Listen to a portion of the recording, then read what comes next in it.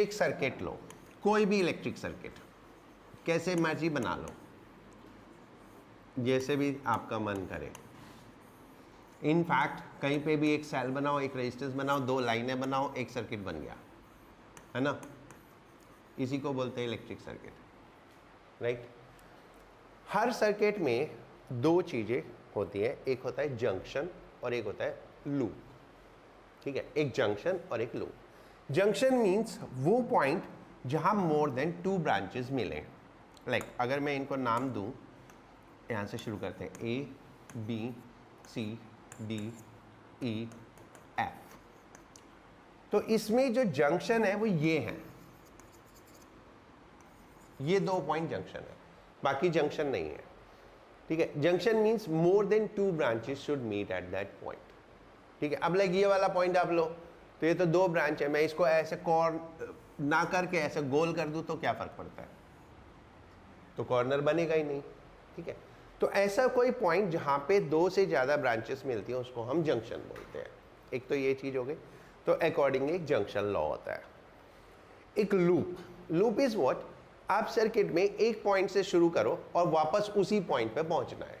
अब कैसे भी पहुंचो, जैसे I start from this point A, ऐसे ऐसे और ऐसे, this is one of the loop, नाम A B C F A, ठीक है। I can go like this, ऐसे ऐसे, this way, that is A B C D E F A. I can have this loop this way, right. And it is not necessary I am taking clockwise, वो general habit होती है हमारी clockwise काम करने की। We can take anti clockwise also, clockwise anti clockwise, that doesn't matter at all. कौन सा loop लेना है, that too doesn't matter, but कितने लूप लेने हैं वो मैटर करता है, ठीक है। वो मैं अभी बताता हूँ कैसे क्या करना है। पहले लॉ लिखते हैं, साइन कन्वेंशन लिखते हैं, फिर उसके बाद इनको इससे क्वेश्चन सॉल्व करेंगे, फिर सीखेंगे कैसे कैसे होता है, right. So first, this is Kirchhoff's law, and Kirchhoff's law में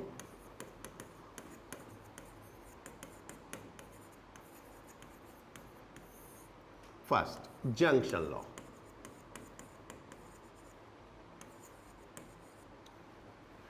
और Kirchhoff's current law,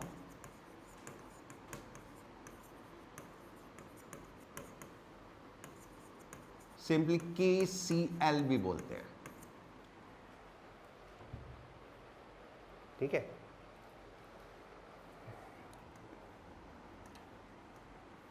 According to this law,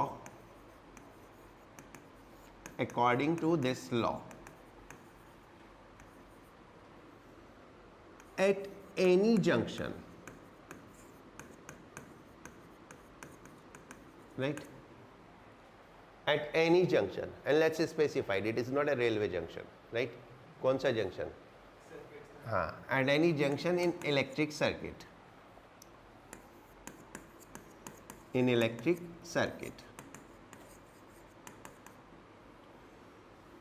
inward current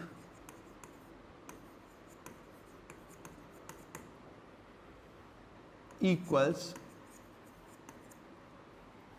outward current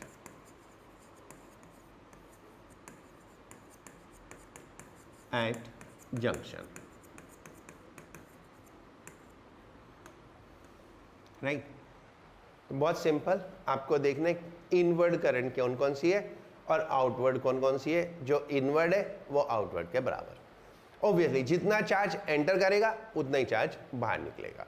so this represent what, law of conservation of charge, right? This represent law of conservation of charge,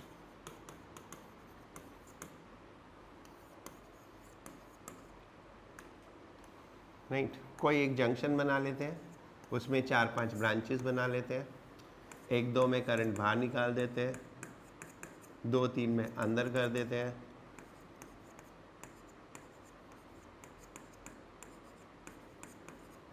ठीक है।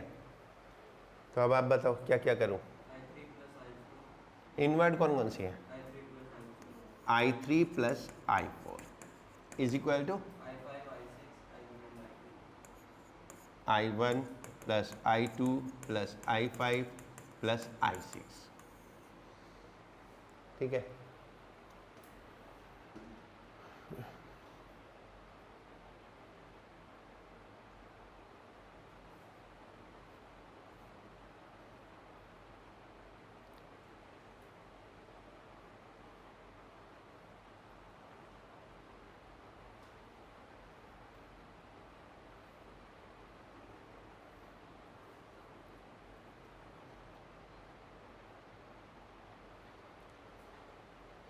इसमें हमें sign convention की कोई ज़रूरत नहीं है, ओके, क्योंकि सिंपल डिफाइन है, inward is equal to outward.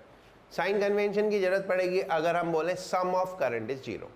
This law is represented in other way. What at any junction sum of current is zero. तो सम ऑफ करंट जीरो कैसे होगा? एक डायरेक्शन पॉजिटिव ले लो तो दूसरी डायरेक्शन नेगेटिव हो जाएंगे. सो I represented in the way के हमें साइन की जरूरत ही नहीं है. सीधे सीधे इनवर्ड कितनी है वो कैलकुलेट करना है, आउटवर्ड कितनी है वो कैलकुलेट करना है, और दोनों का इक्वल करना है. Right? Is it clear? Now second law. Second law is loop law. Loop law और Kirchhoff's voltage law.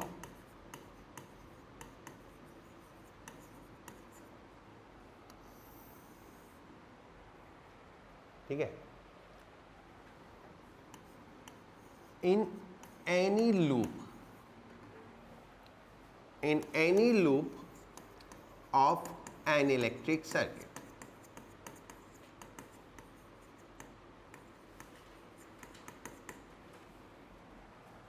Some of potential difference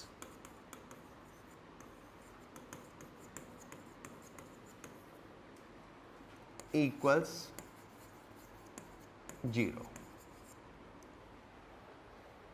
Sum of potential difference equals 0.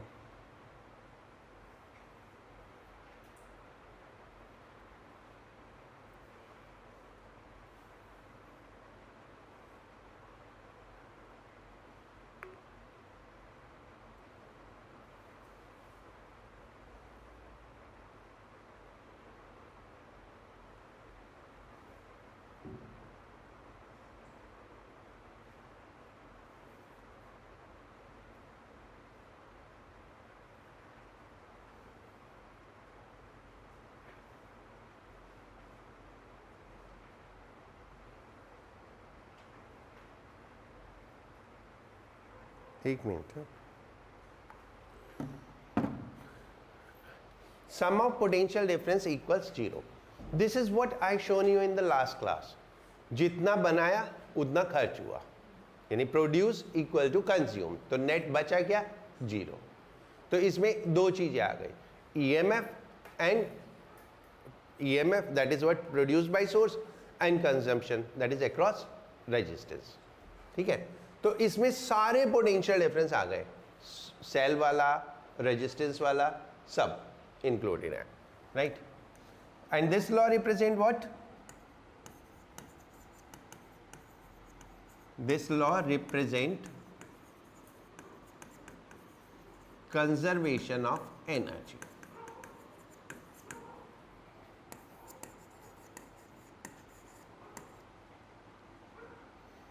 Right? Sum of potential equals 0. That's simple. Now, इसमें आता है sign convention वाला issue. Right? Now sine convention.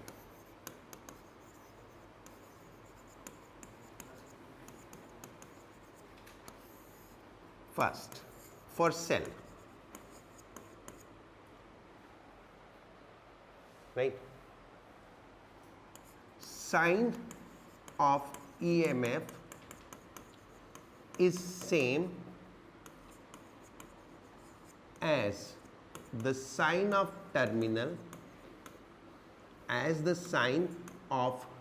terminal of cell that appear first while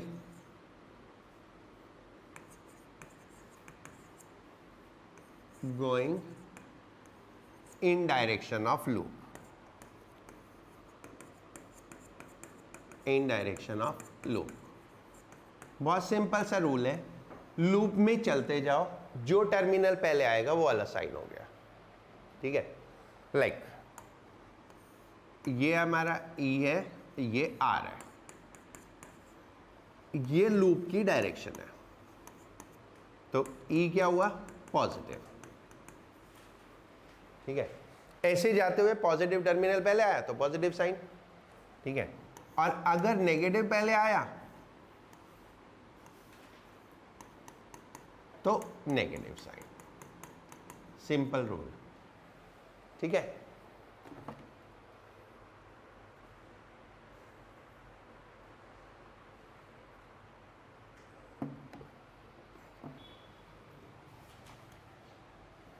इसको ऐसे कर लो, irrespective of direction of current, irrespective of direction of current, यानी whatever be the direction of current that doesn't matter at all।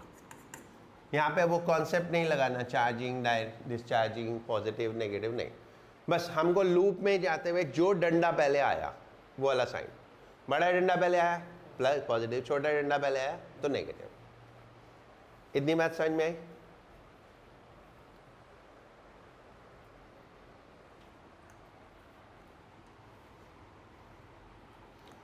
Now for resistance, क्योंकि दो ही चीज होंगी, एक source होगा एक कंज्यूमर होगा, सोर्स एंड डिवाइस। सोर्स में सेल हो गया और डिवाइस में क्या हो गया, resistance. Potential difference across R, that is I R, current into resistance होता है। पोटेंशियल डिफरेंस कैसे निकालते हैं, current into resistance, is positive if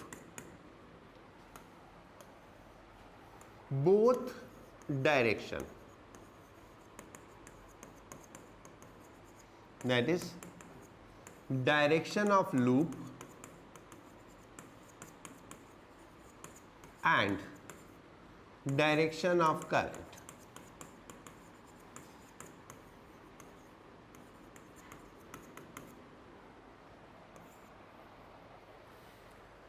both direction, दो डायरेक्शन कौन सी, एक लूप की डायरेक्शन और एक करंट की डायरेक्शन, आर सेम। अगर दोनों डायरेक्शन सेम है तो ग्रीन सिग्नल पॉजिटिव, और दोनों डायरेक्शन अपोजिट है तो red signal that is negative, and it is negative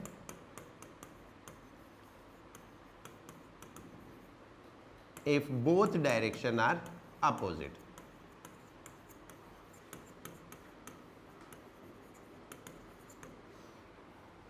अगर दोनों डायरेक्शन अपोजिट हो जाए, लाइक ये मेरा रेजिस्टेंस है आर, ये करंट है और ये लूप की डायरेक्शन है, तो दोनों डायरेक्शन सेम हो गई,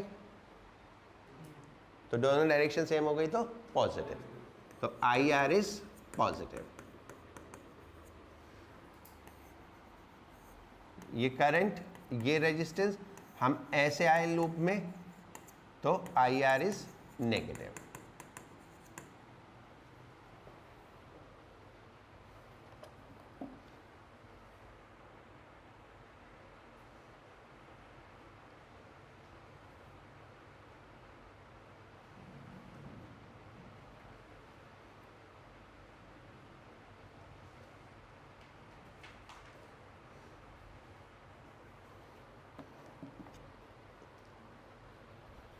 राइट, अब कुछ क्वेश्चंस करते हैं इससे। पहली चीज, कुछ गड़बड़ करते हैं बच्चे, वो मैं बताऊंगा कहाँ गड़बड़ करते हैं क्या करते हैं, ठीक है, वो ध्यान देना। और जैसे मैं सॉल्व करता हूँ बहुत सिंपल तरीके से फॉलो करना।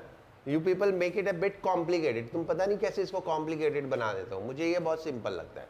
रेदर मुझे वो तरीका बहुत उल्टा लगता है, पजलिंग करना, इधर से ढूंढो उधर से ढूंढो उनको जोड़ो। इसमें कुछ नहीं सोचना, कुछ दिमाग नहीं लगाना, बस सीधे सीधे इक्वेशन बनानी है, उनको सॉल्व करना है और वो हो जाएगी अगर तुमने 10th क्लास में पढ़ा होगा तो। ठीक है, 12th क्लास का कोई लेना देना नहीं है। ठीक हो गया। चलो एक क्वेश्चन वही करते हैं जो हमने पहले किया था।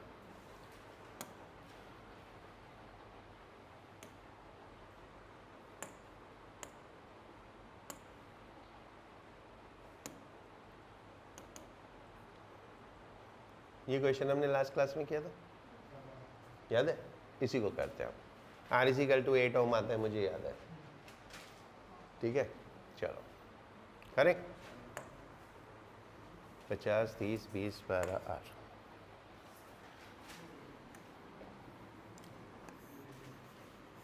ये 50 ओम, ये 30 ओम, ये 20 ओम। मैं एमीटर नहीं बना रहा, सीधे करंट लिखूंगा, है ना। ये 12 वोल्ट और ये आर, ये 12 और ये आर। हमें आर की वैल्यू फाइंड आउट करनी है। ठीक है, हमने लास्ट क्लास में घूम घूम के इसको किया था। ओके, हमें यहाँ पे करंट दी हुई है 0.1। यहाँ पे करंट मान लेते हैं आई। ठीक है, यहाँ पे करंट आई मान लेते हैं। इधर करंट मान लो कुछ भी, से I1 चला गया, इधर I1 चला गया, ये मान लिया हमने। सबसे पहला काम करंट का distribution, that is first thing. Circuit मिला, अगर ऑलरेडी करंट डिस्ट्रीब्यूटेड है तो उसके साथ छेड़छाड़ नहीं करना, जो है वही फॉलो करोगे। और अगर करंट डिस्ट्रीब्यूटेड नहीं है, जैसे कि इसमें नहीं था, तो इसमें जो दिया हुआ था वो मैंने वैसे ही लिया, उसके बाद वाला मैंने चेंज अपने आप एज्यूम किया। उसके बाद आप अपनी श्रद्धा अनुसार जो डायरेक्शन ठीक लगे वो ले लो, सोचना ही नहीं।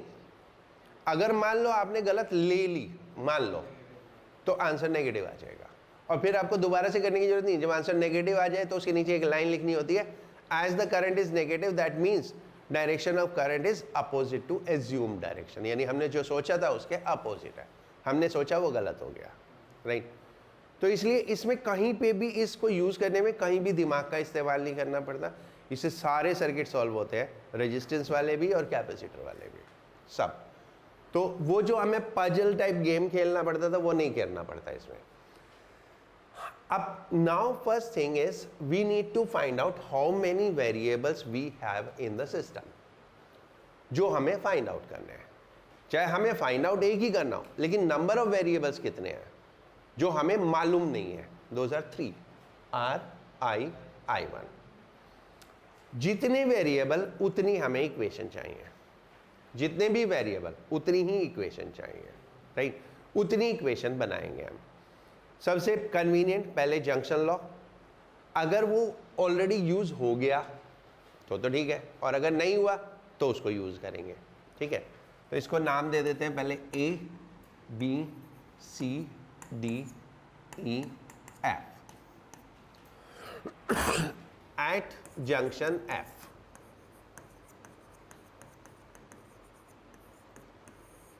Inward current equal to outward current.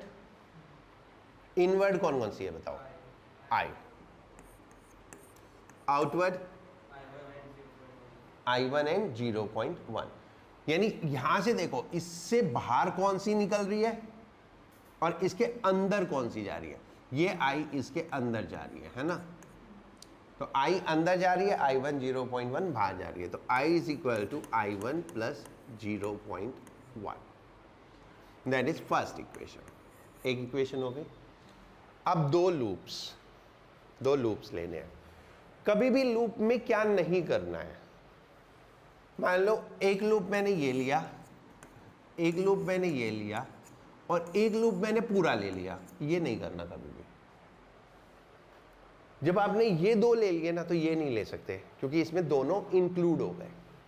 Otherwise क्या होगा, इसकी जब इक्वेशन बनाओगे आप और इन दो को सॉल्व करोगे, वो दोनों इक्वल हो जाएंगे और फिर वो इनफाइनाइट मैनी सॉल्यूशन पे पहुंच जाएंगे। ठीक है, तो इसलिए ये लूप लोगे, ये लूप लोगे तो ये कभी नहीं लोगे। हाँ, ये ले लो, ये पूरा ले लो, ये ले लो, ये पूरा ले लो। ठीक है, और हमेशा ऐसी सिचुएशन होगी आपको। ठीक है, लाइक एक जंक्शन ला हो जाएगा तो दो ही लूप चाहिए होंगे, तो दो लूप में फिर आप जो मर्जी चूज कर लो।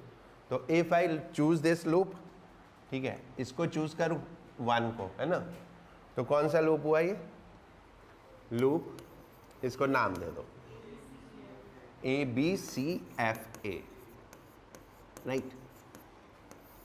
अब इसमें आपको क्या देखना है, सेल और रेजिस्टेंस, इससे ज्यादा कुछ नहीं देखना है। कुछ बच्चे क्या बोलते हैं, सर इस आई का क्या करूं, कुछ नहीं करना तुमको इस आई का, ये आई हर जगह है, इधर से निकलेगा, इधर आई, इधर आई, इधर आई, इधर आई, हर जगह है ये आई। तो ये तो करंट है तो जाएगा ही हर पूरे सर्किट में, लेकिन ये कहाँ पे यूजफुल है, या तो रेजिस्टेंस में यूजफुल है, सेल में भी यूजफुल नहीं है, क्योंकि सेल में भी हमें करंट से कोई लेना देना नहीं है। तो इसका यूज तभी है जब ये रेजिस्टेंस से पास होगा, अदरवाइज ये पूरे सर्किट में कहीं पे भी करंट हो तो उससे हमें कोई लेना देना नहीं है। तो अगर मैं फर्स्ट लूप की इक्वेशन बनाऊं तो उसमें 3 ही टर्म्स आएंगी, कौन कौन सी, एक सेल और 2 रेजिस्टेंस, एक आर और एक 20, राइट, यही 2 आएंगे। अब हर एक रेजिस्टेंस में आपको आइडेंटिफाई करना है करंट कितनी है, लाइक आर में कौन सी करंट है, आई, और 20 में I1, तो रेजिस्टेंस का एसोसिएटेड करंट हमको चाहिए, इतना हमें आइडेंटिफाई करना है। अब एक तरफ से शुरू हो जाओ और इक्वेशन बनानी शुरू करो। पहले सेल की वोल्टेज 12, प्लस और माइनस, पहले कौन सा डंडा आया, हम ए से चले तो पहले पॉजिटिव डंडा आया तो प्लस, तो ये प्लस, नई साइन लगाओगे तो भी चलेगा। फिर उसके बाद रेजिस्टेंस में करंट आई आर भी नहीं मालूम, आई भी नहीं मालूम, इसका साइन देखो, loop A to B, I B to A, isn't it? Current की डायरेक्शन किधर है, B से A की तरफ, और लूप हम किधर ले रहे हैं, A to B, तो दोनों अपोजिट हो गए, दोनों अपोजिट हो गए तो नेगेटिव, तो दिस इज माइनस आर। हाँ, आई आर आया ना बस,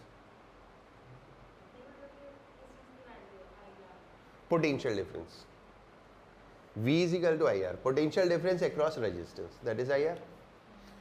अब आगे चलेंगे तो सिर्फ एक 20 ओम रेजिस्टेंस, 20 ओम के अक्रॉस करंट I1, तो 20 ओम में पोटेंशियल डिफरेंस कितना हुआ, 20 IR, that is I1 into 20, तो I1 इंटू 20, साइन और सम तो सारा जीरो, साइन नेगेटिव, तो ये हमारी एक इक्वेशन हो गई, ठीक है, second equation, right, second equation. अब थोड़ा सा देखो तो मुझे यहां से I की वैल्यू यहां से डालूंगा तो I1 आ जाएगा मेरे पास,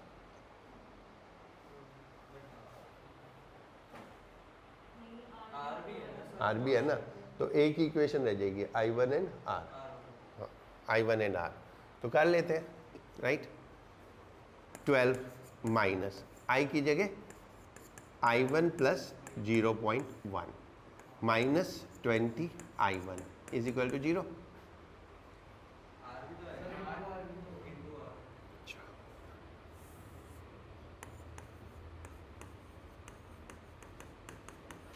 कितना हो गया,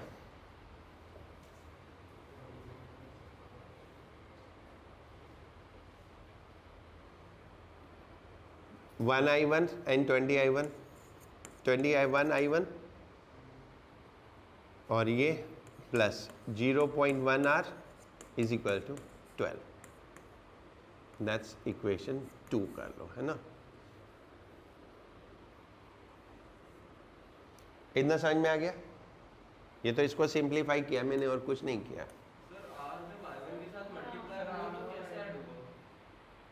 अच्छा, नहीं हो सकता, नहीं हो सकता, पूछ रहा हूं, तो नहीं करते इतना क्यों झमेला लेना। देखो मुझे भी 10th क्लास पढ़े बहुत टाइम हो गया, तो थोड़ा सा कंसिडरेशन लगा लो कि मैं भी गड़बड़ कर सकता हूँ। ओके, अब ठीक है, नहीं अब तो ठीक है, अब ठीक है, अब ठीक है, अब ठीक है, अब ठीक है, ठीक है। मैं आर को उसके साथ मल्टीप्लाई नहीं किया एक्चुअली, I1 के साथ, और बस ये हो गया, राइट। ये सेकेंड इक्वेशन हो गई। Now third equation, third equation इस लूप की, बोलो। Loop F C D E F, एक रेजिस्टेंस 20 ओम, उसमें करंट कितना, I1। तो 20 I1 किस डायरेक्शन में, सेम डायरेक्शन, तो पॉजिटिव। क्लियर है सबको? इनसे भी पूछ लेता हूं या बालकनी वालों से। राशि, महक, यहां तक क्लियर? ओके, उधर से तो आवाज आ नहीं रही। 20 I1, उसके बाद आगे इसमें करंट कितना, ये ऐसे जा रहा है 0.1, ऐसे जा रहा है 0.1, है ना। तो ये हो जाएगा -0.1 into 30 -0.1 into 50 is equal to 0।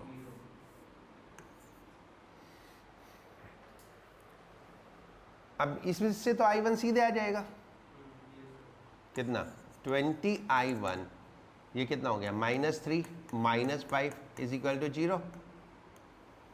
तो 20 I1 इज इक्वल टू 8, तो I1 is equal to 8/20, that is 2/5। I1 is equal to 2/5। अब ये वैल्यू इसमें डाल दे। On putting value of I1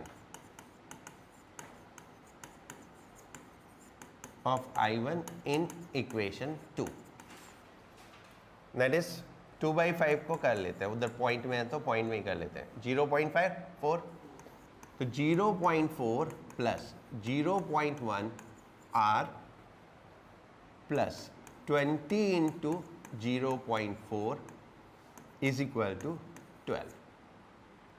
तो ये हो गया 0.5 R plus 8 is equal to 12। तो 0.4 R is equal to 4, R is equal to 4/0.5, that is 8। Answer तो याद था, आएगा तो 8 ही।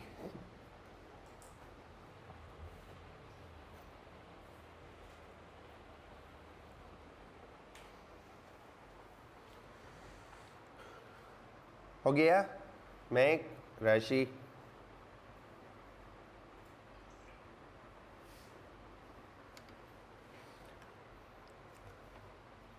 समझ में आया? एक दो क्वेश्चन और करते हैं, ठीक है। कौन सा करें, तो मुश्किल से लेते हैं। ये देखो पेज नंबर 12 पे एक फोटो बनी है अजीब सी,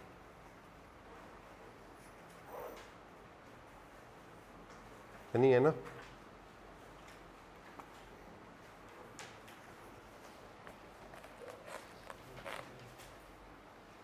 है ना, पेज नंबर 12 पे एक फोटो फिगर, ऊपर वाली।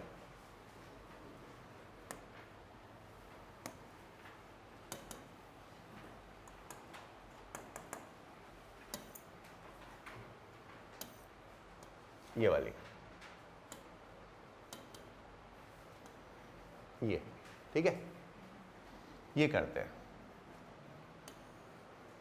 राइट। इसको सॉल्व करते हैं। कितने वेरिएबल हैं इसमें? 3, I1 I2 I3।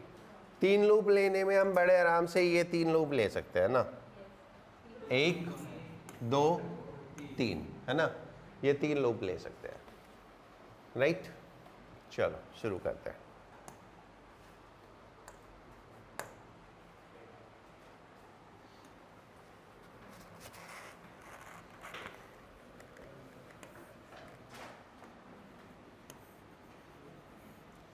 4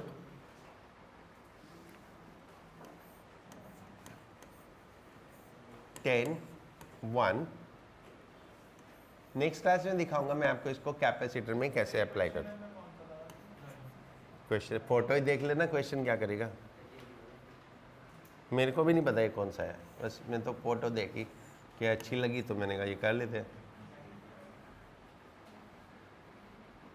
2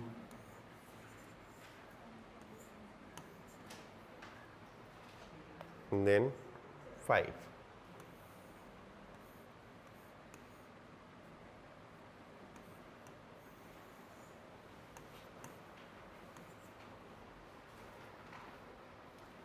ई दे रखा है ना,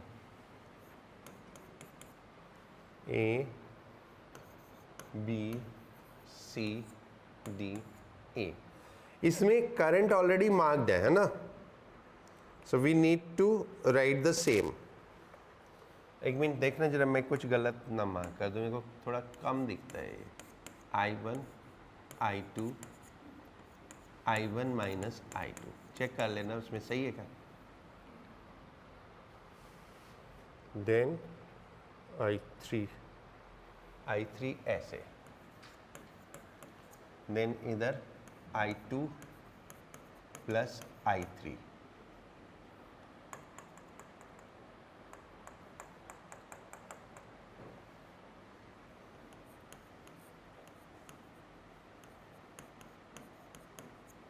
फिर इधर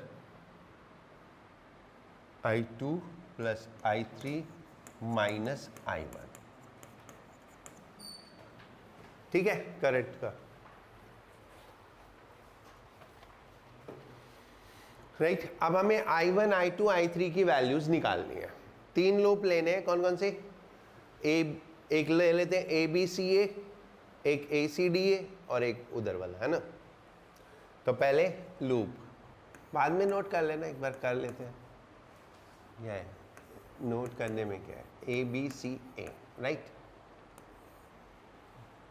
देखो आप लोग A to B सिर्फ एक रेजिस्टेंस 4 ओम, उसमें करंट कितना?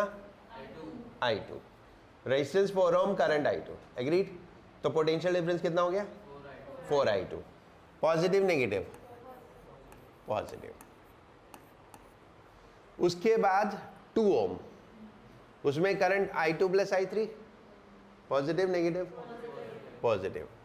Plus 2 I2 plus I3। And then CA 1 ohm resistance में करंट कितना? नहीं, रेजिस्टेंस 1 ओम करंट, उसमें 1 ओम रेजिस्टेंस में करंट कितना? I1। रेजिस्टेंस इनटू करंट और EMF अलग से, तो करंट कितना? Y1 और रेजिस्टेंस कितना? 1 और sign plus I1 into 1 right. And then cell का छोटा डंडा पहले, तो माइनस 10 इज इक्वल टू 0। अब इसमें सारे इकट्ठे कर लो। I1 I2 कितने? 4, ये 2, ये 6। I3 कितने? 2 plus 2 I3 is equal to 10। That is first equation. अब ACDA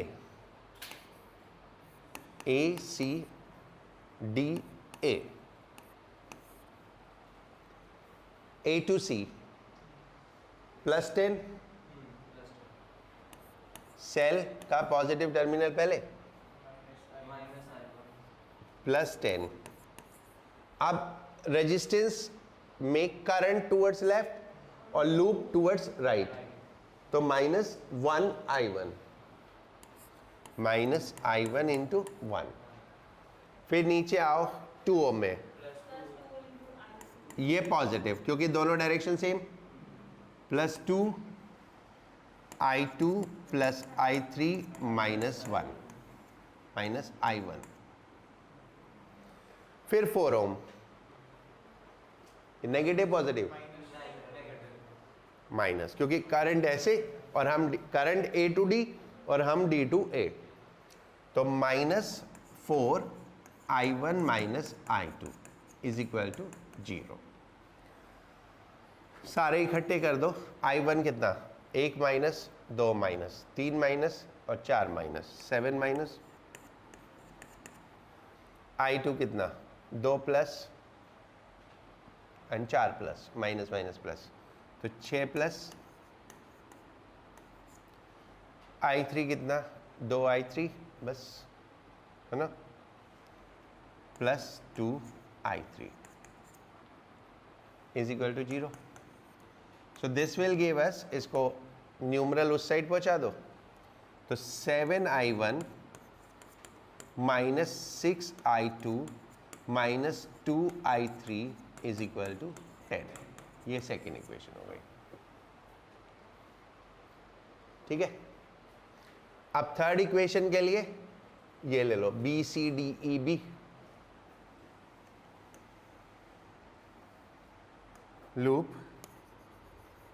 B C D E B.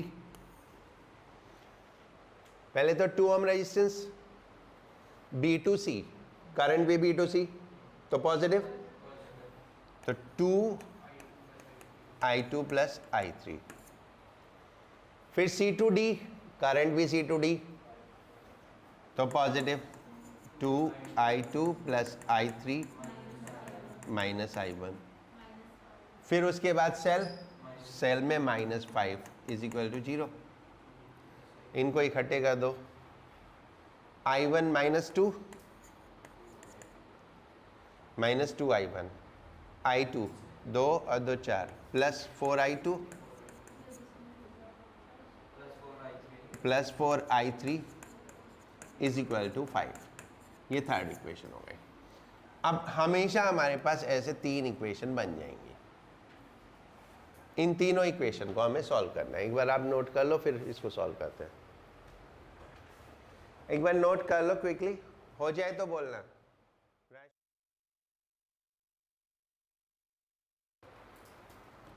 राशि, मैं एक नोट हो गया?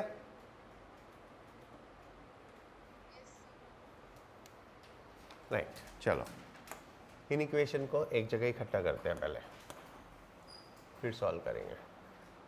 मेरे पास फैसिलिटी है, तुम्हारे पास नहीं होती।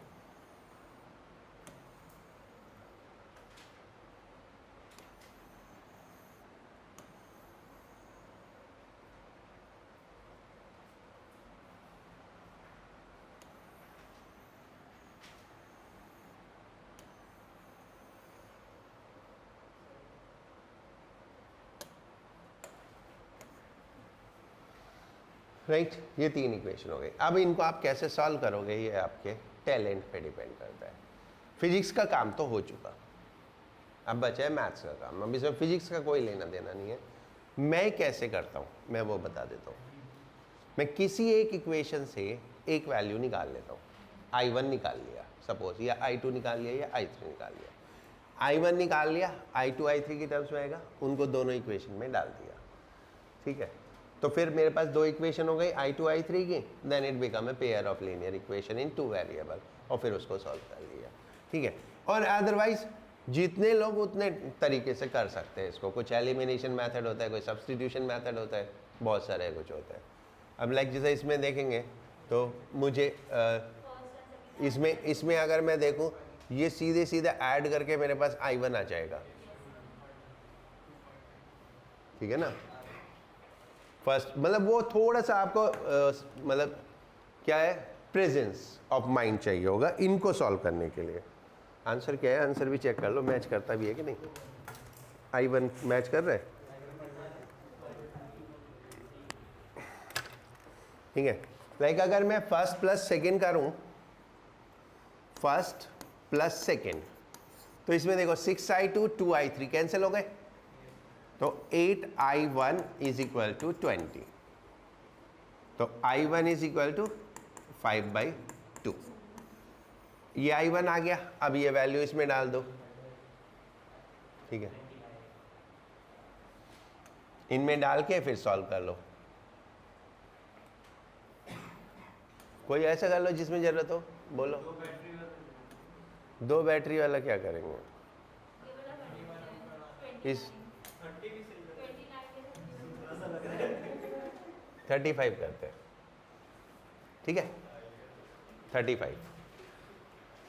Question number 35. 10 volt 3 ohm, 2 volt 12 volt 2 ohm and 2 ohm. 10 3 12 2 2.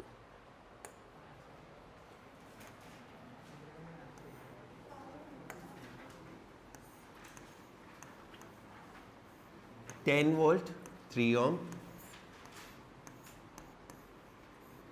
12 volt 2 ohm and then 2 ohm. Right इसमें हम बिना कॉमन सेंस के करते हैं, ऐसा कुछ करते हैं जो हो नहीं सकता और फिर सॉल्व करते हैं. ठीक है मान लो इधर से करंट आई I1, इधर से करंट आई I2 और इधर से करंट आई I3, जो कि हो नहीं सकता. हो नहीं सकता ना, नहीं हो सकता ना भाई. मैं वो बता रहा हूं ना कि तुम कोई भी बेवकूफी कर दो तो क्या होता है. व्हाट आई एम टेलिंग कि तुम बिल्कुल कॉमन सेंस का यूज ही ना करो, कुछ भी बेवकूफी कर दो तो क्या हो सकता है. तो ऐसा कुछ एज्यूम कर लेते हैं. Right now A B C D E F. मुझे तो ये आदमी बहुत बढ़िया लगा किरचॉफ. कुछ भी करो आंसर वही आएगा.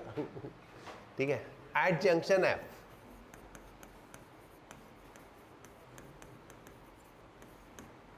तीनों करंट अंदर, आउटवर्ड कोई करंट है ही नहीं, ऑल थ्री इनवर्ड. तो I1 plus I2 plus I3 is equal to 0. That is first equation. Now second equation के लिए loop A B C F A. ठीक है A to B पहले 10 ओम का सेल 10 वोल्ट का, पॉजिटिव टर्मिनल पहले आया तो प्लस 10, फिर रेजिस्टेंस 3 करंट I1, लेकिन लूप और करंट की डायरेक्शन अपोजिट -3I1. ये पता है जितने लोग गर्दन हिला रहे ना, जब मैं टेस्ट दूंगा ना पता ही नहीं क्या करके मिलता है. मैं मतलब पूरा एक क्लास लगा देता हूँ, बल्कि 2 क्लास लगा देता हूँ ये समझाने में, और फिर जब मैं टेस्ट चेक करता हूँ तो पता नहीं क्या अजीब अजीब सी मेरे को वो मिलती है देखने को, बहुत अजीब अजीब सिचुएशन. इसलिए तभी गर्दन नहीं लाना जब समझ में आ रहा हो, नहीं आ रहा हो तो कोई बात नहीं समझ लेना. ठीक है देन उसके बाद C2F. बोलो. हेलो हाँ जी, हाँ जी बोलिए. हाँ हाँ बोलिए. हेलो हेलो हाँ हाँ बताइए.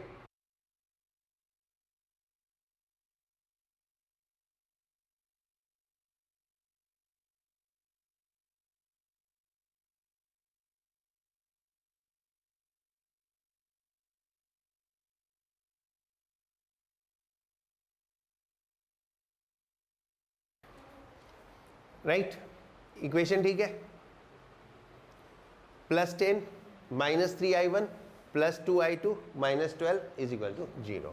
तो ये हो गया -12 -2, तो ये -3I1 +2I2 is equal to 2. Second अब थर्ड FCBEF.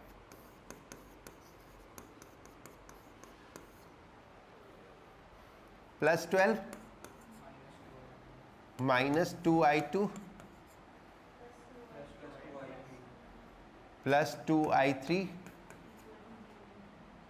Equal to 0. ठीक है तो इसको वैसे कर लो तो 2I2 -2I3 is equal to 12, या I2 12, या I2 -I3 is equal to 6. ठीक है ये थर्ड करेक्ट. अब एक काम करते हैं, इधर से I1 की वैल्यू निकाल लेते हैं, कितना होएगा? I1 is equal to from second है ना, I1 is equal to 2I2 plus 2/3 minus 2।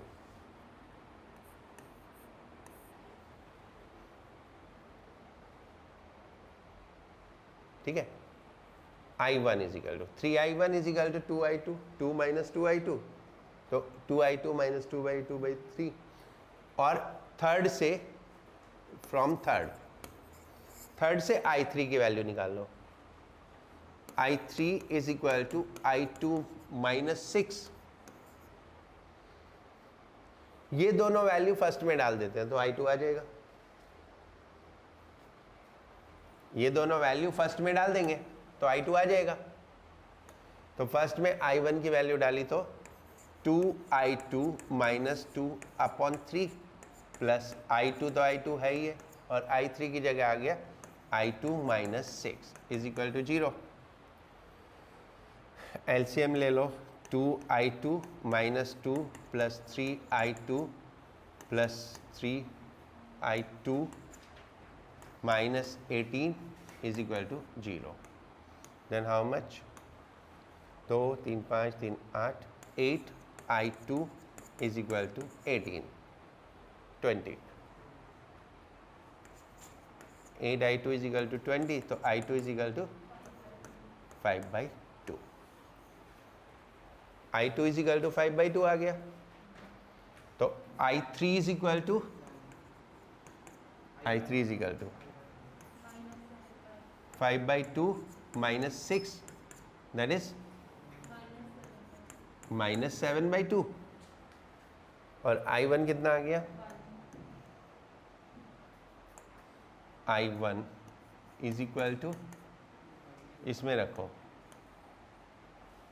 2 into 5/2 minus 2/3, कितना हो गया? 1।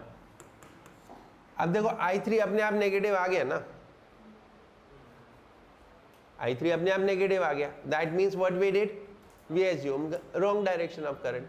तो बस इतना ही करना है। अब कुछ भी कर लो, सॉल्व होएगा, आंसर नेगेटिव में आएगा। बस आपको इतना सा लिखना है कि क्योंकि ये नेगेटिव आ गया तो इसलिए हमने बस ये गलती कर दी थी।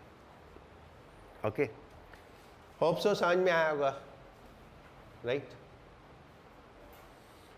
नेक्स्ट क्लास में और करते हैं किरचॉफ लॉ के, ठीक है?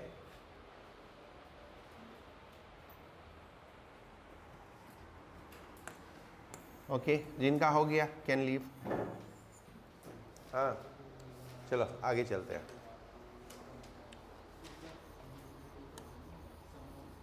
Wheatstone bridge. अब इसका हिंदी ट्रांसलेशन मत कर लेना। हाँ, ये व्हीट स्टोन नाम है किसी का, कभी तुम इसका हिंदी ट्रांसलेशन कर दो, ठीक है? Wheatstone bridge. ये एक व्हीट स्टोन एक साइंटिस्ट था, उसने एक ब्रिज टाइप, ये रेजिस्टेंसेस का ब्रिज है, रेजिस्टेंसेस का, and that is used to find out unknown resistance. Unknown resistance find out करने के लिए होता है। इसमें टोटल 4 रेजिस्टेंस यूज होते हैं। 2 स्टैंडर्ड रेजिस्टेंस। स्टैंडर्ड रेजिस्टेंस किसको बोलते हैं? जो चेंज नहीं होते, ठीक है? लाइक हम इनको एलॉयज से बनाते हैं, इनका टेम्परेचर से वेरिएशन नेग्लिजिबल होता है। एक वेरिएबल रेजिस्टेंस होता है, ये भी ऐसा होता है कि ज़्यादा वेरिएशन ना हो। और एक अननोन रेजिस्टेंस होता है जो हमें कैलकुलेट करना है। अननोन रेजिस्टेंस वो है जो हमें कैलकुलेट करना है, राइट? एक्स। ओके, तो ये 4 रेजिस्टेंस को इस तरह से कनेक्ट करते हैं, A B C D।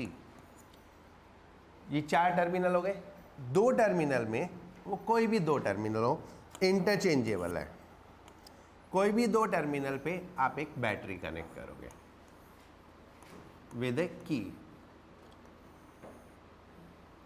पुराने ज़माने में एक की होती थी, आजकल स्विच होता है, राइट। एंड देन एक गैल्वेनोमीटर लगाओगे। गैल्वेनोमीटर क्या करता है? गैल्वेनोमीटर चेक करता है कि करंट है या नहीं है, यानी डिफ्लेक्शन को मेजर करता है। बेसिकली डिफ्लेक्शन होता है तो ये चेक करता है करंट है या नहीं है। एग्जैक्टली मेजर नहीं कर पाता, ठीक है, बट डिफ्लेक्शन को चेक करता है, राइट। तो हम क्या करते हैं, ये जो आर वेरिएबल रेजिस्टेंस है, ये स्टैंडर्ड रेजिस्टेंस हो गए, ये अननोन है जो हमें वैल्यू चेक करनी है। हमने ये की ऑन किया, जो वर्किंग प्रोसीजर है, ये की ऑन किया, उसके बाद ये की ऑन किया और गैल्वेनोमीटर का रीडिंग देखा। उसके बाद आर को एडजस्ट करते रहेंगे कब तक? जब तक गैल्वेनोमीटर में रीडिंग 0 ना हो जाए, right. Bridge is called balanced, bridge is called balanced when galvanometer current is 0। ये गैल्वेनोमीटर में करंट जा रही है IG, ये करंट जब 0 हो जाएगी तो ब्रिज बैलेंस हो जाएगा, ठीक है। So that is what working. In the working हमें सबसे पहले ब्रिज को बैलेंस करना है, ठीक है। और in balanced condition, in balanced condition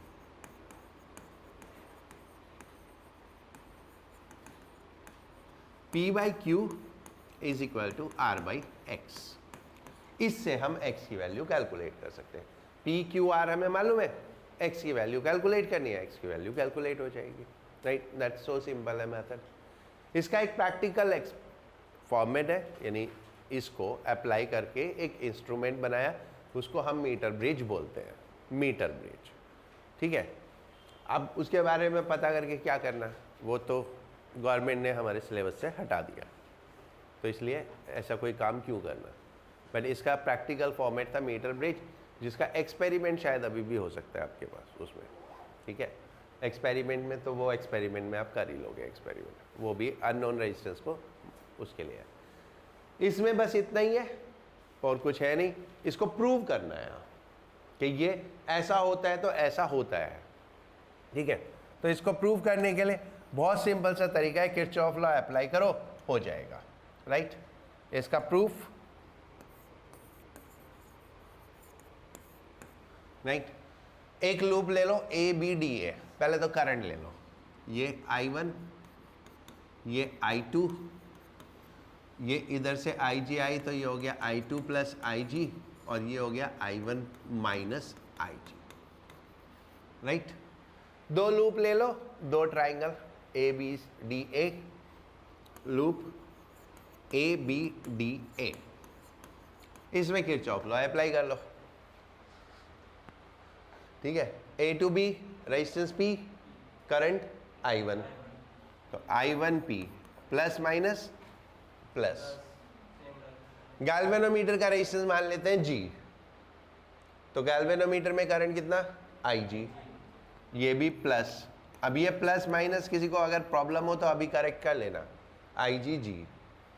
फिर R में minus minus I2 R, minus I2 R is equal to 0 when IG is equal to 0, क्योंकि हमें बैलेंस कंडीशन कब प्रूव करनी है, जब IG 0 है। तो IG 0 हो गया तो I1P is equal to I2 R, right. This is first done. यहां तक कुछ पूछना है?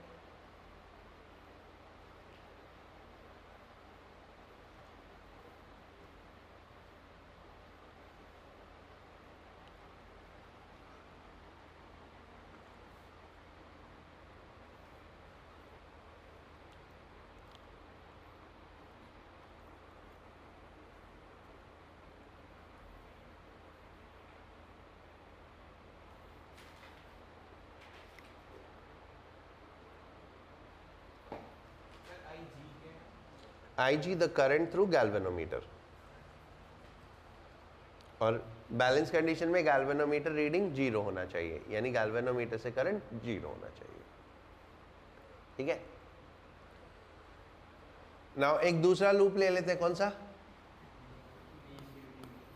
Loop B C D B, बोलो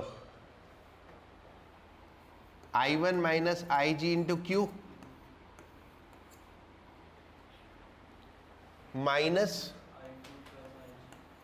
I2 plus I G X minus I G G is equal to 0. G is what? Resistance of galvanometer. Now when Ig is equal to 0, क्योंकि balance तो तभी है जब Ig 0 है, तो Ig 0 कर दिया तो I1 Q बचा और उधर I2 X बचा. That's second.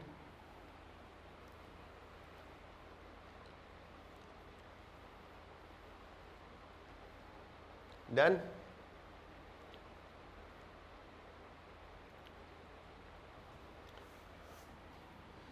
Equation 1 divided by equation 2. I1 I2 गया, 1 को 2 से डिवाइड करो, I1 I2 तो गया, बचा क्या जो हमें चाहिए था, है ना, P by Q is equal to R by X. छोटे बच्चे होते तो नीचे हैंड्स प्रूव्ड लिखने में बहुत मजा आता है.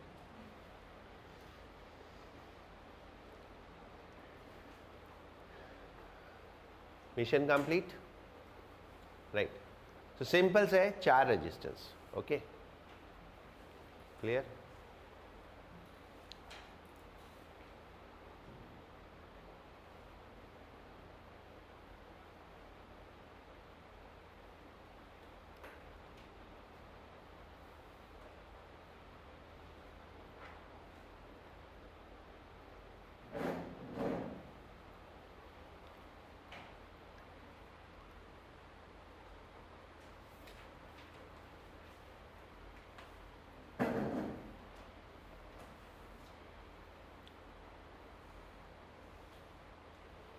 एक छोटा सा नोट. अब देखो, कोई भी एक्सपेरिमेंट होता है तो उसमें एक्यूरेसी थोड़ी कम होती है, राइट. तो ये कब ज़्यादा एक्यूरेट होता है? Bridge is more accurate when all resistance are of same order. All resistance are of same order. क्योंकि उसमें क्या होता है, देखो रेजिस्टेंस में थोड़ा बहुत वेरिएशन तो होता ही है. तो अगर सेम ऑर्डर के होंगे तो सब में सेम वेरिएशन होगा, तो इक्वली डील हो जाएगा. और अगर डिफरेंट ऑर्डर के होंगे, आप मान लो एक रेजिस्टेंस आपने 1000 ओम का ले लिया, एक 1 ओम का ले लिया, तो वो फिर उसमें एक्यूरेसी डिस्टर्ब होगी. तो सेम ऑर्डर के होंगे तो ज़्यादा एक्यूरेट होगा. And is most accurate when all resistance are equal. और सारे इक्वल हो जाए तो इससे बढ़िया तो कुछ भी नहीं. when all resistance are equal.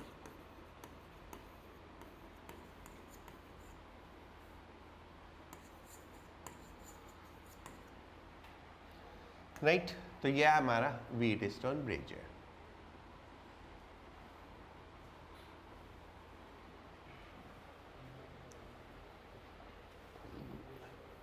ठीक है, ये होता है रेजिस्टेंस, अननोन रेजिस्टेंस को कैलकुलेट करने के लिए. कुछ रेजिस्टेंस नेटवर्क में हम इसको इलीगल यूज करते हैं, कुछ रेजिस्टेंस नेटवर्क में. जैसे कि मान लो मुझे ये एक रेजिस्टेंस नेटवर्क दे रखा है, 4 ओम, 2 ओम, 10 ओम, 5 ओम, A, B एंड ये 6 ओम. ये नेटवर्क है 5 रेजिस्टेंसेस का. जब भी आपको 5 रेजिस्टेंस का एक नेटवर्क मिले, ठीक है, या तो 5 रेजिस्टेंस का नेटवर्क हो या सीरीज पैरेलल करके 5 में कन्वर्ट हो जाए, तो just check if it is following the condition of Wheatstone bridge और नॉट. अगर वो व्हीटस्टोन ब्रिज की कंडीशन फॉलो कर रहा है, जो कि इस केस में कर रहा है, कैसे? क्योंकि मैंने बनाया है P by Q R X. तो P by Q is equal to 4 by 2 is equal to 2. R/x is equal to 10/5 is equal to 2, तो P/Q is equal to R/x हो गया। तो ये रेजिस्टेंस उस लोकेशन पे है जो गैल्वेनोमीटर की लोकेशन है, ये वाला रेजिस्टेंस गैल्वेनोमीटर की पोजीशन पे है। और अगर बैलेंस्ड है तो गैल्वेनोमीटर से करंट जाएगा नहीं, गैल्वेनोमीटर से करंट नहीं जाएगा तो इससे भी करंट नहीं जाएगा, तो इसको सिस्टम से हटा दो। अब बहुत सिंपल हो गया, ये दोनों सीरीज में 4 to 6, ये दोनों सीरीज में 10 5 15, और फिर वो दोनों पैरेलल में, राइट। तो जब भी आपको 5 रेजिस्टेंसेस का नेटवर्क मिले, so then work on this, जो बीच वाला है उसको हटा दो। एक बहुत कॉमन डायग्राम है एंड टीचर्स फेवरेट है, वो व्हीटस्टोन ब्रिज होता है, देखने से लगता नहीं लेकिन होता है। 1 2 3 4 5, ये व्हीटस्टोन ब्रिज है जिसमें बीच वाला कौन सा है, जो एग्जैक्टली बीच में है।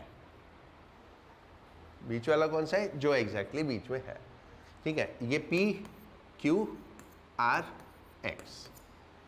जो बचा वो बीच वाला, और बस what you need to do, need to check P/Q R/x के बराबर है या नहीं है, और अगर है तो इसको हटा दो। अब उसके बाद क्या हो गया, PQ सीरीज में, RX सीरीज में, और PQ का कॉम्बिनेशन RX के पैरेलल में, एंड देन सॉल्व कर लो, ठीक है ना। एक इसमें MCQ में 16 क्वेश्चन है, वो सॉल्व करना। MCQ का 16 क्वेश्चन,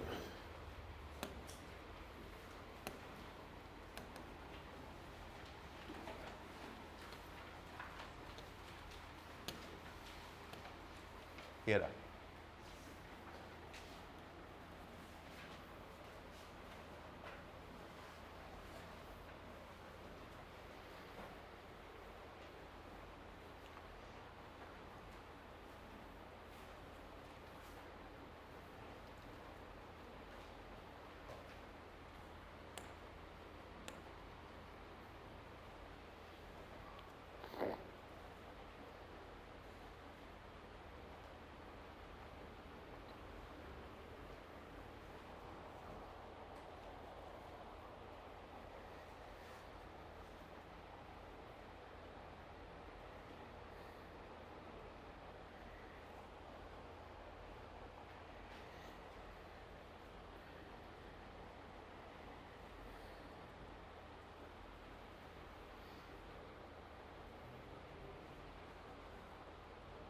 हो गया।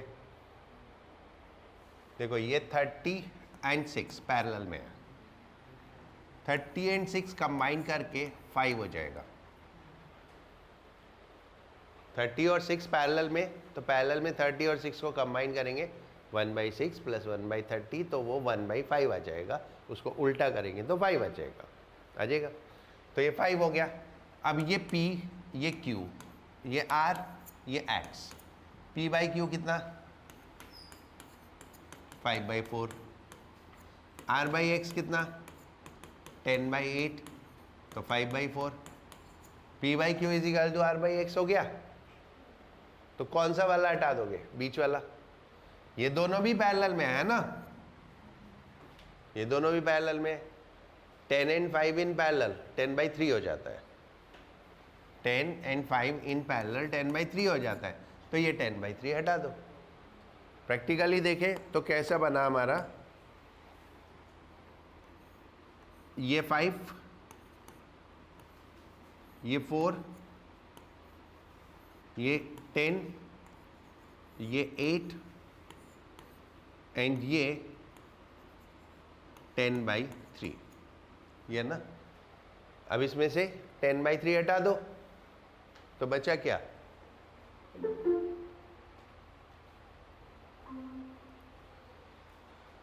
5/4, 5 एंड 4 सीरीज में 9, और 10 एंड 8 सीरीज में 18, 9 एंड 18 पैरेलल में 6। ये हटाना ना हमको, ये हटा दिया। तो 5 4 सीरीज में 9, 10 8 सीरीज में 18, 9 और 18 पैरेलल में तो 6 आ गया, right. So then this is solved, right. एक और देखो,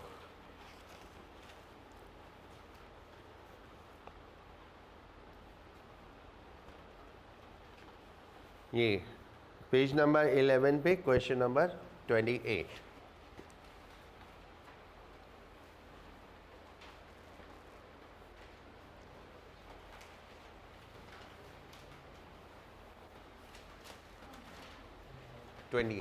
पेज नंबर 11। समृद्धि वेट कर, अभी समझ में नहीं आएगा तो 5 मिनट बाद नया टॉपिक शुरू करेंगे तो समझ में आ जाएगा।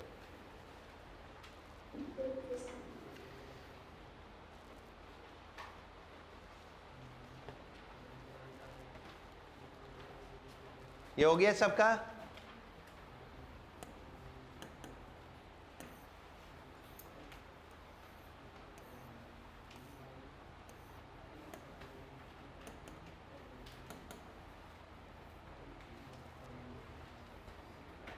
ये करंट कैलकुलेट करना है,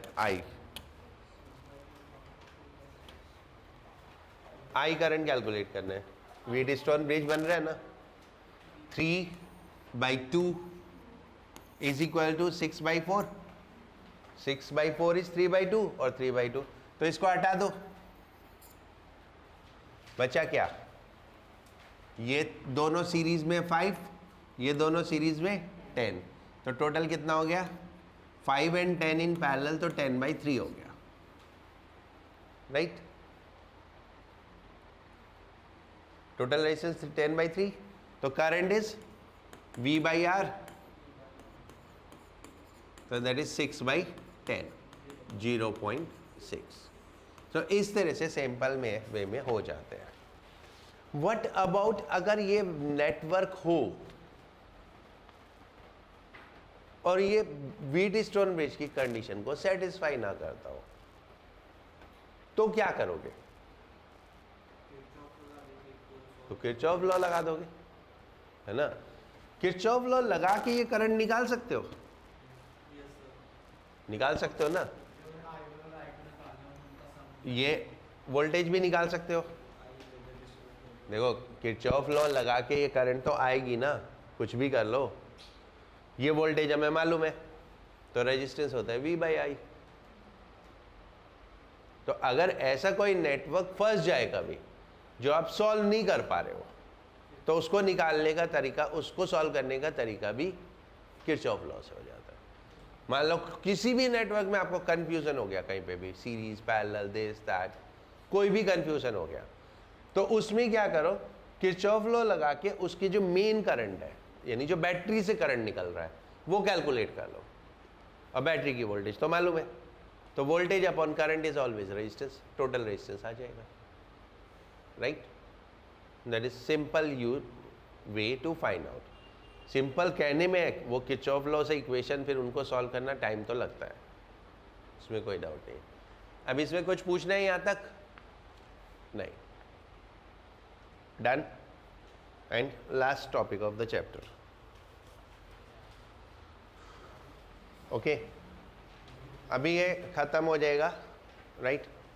सैटरडे को एक मैंने असाइनमेंट भेजी थी, बेसिकली टेस्ट हुआ था, वो मैंने एज असाइनमेंट भेजा था सबको, ठीक है? तो वो सब करके आना। सैटरडे को वो डिस्कस करेंगे, इसके MCQs डिस्कस करेंगे सैटरडे को, एंड देन इसके जितने भी क्वेश्चन हैं सब्जेक्टिव के और NCERT के, वो आप करके आओगे, वो ट्यूसडे डिस्कस करेंगे। सब्जेक्टिव है, छुट्टी होगी तो फिर वो अगले ट्यूसडे कर लेंगे, जब भी नेक्स्ट क्लास होगी। माई मीनिंग इज दैट जब भी नेक्स्ट क्लास होगी। कब छुट्टी करनी है बताओ? ट्यूसडे और, ठीक है, अब बोल दो सबको, ट्यूसडे एंड थर्सडे छुट्टी रहेगी, राइट? क्या बोल बोल बोल, कोई बात नहीं, अभी तो सही मौका है, जो बोलोगे। सैटरडे भी कर दो, एक वीक की, चलो एक वीक छुट्टी, ओके?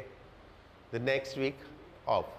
लेकिन जब नेक्स्ट ट्यूसडे आओगे तो काम कंप्लीट करके आना, ठीक है? वो तो हम वैसे भी करके आएंगे, है ना? वो तो हम करके ही आते हैं हमेशा। एग्रीड।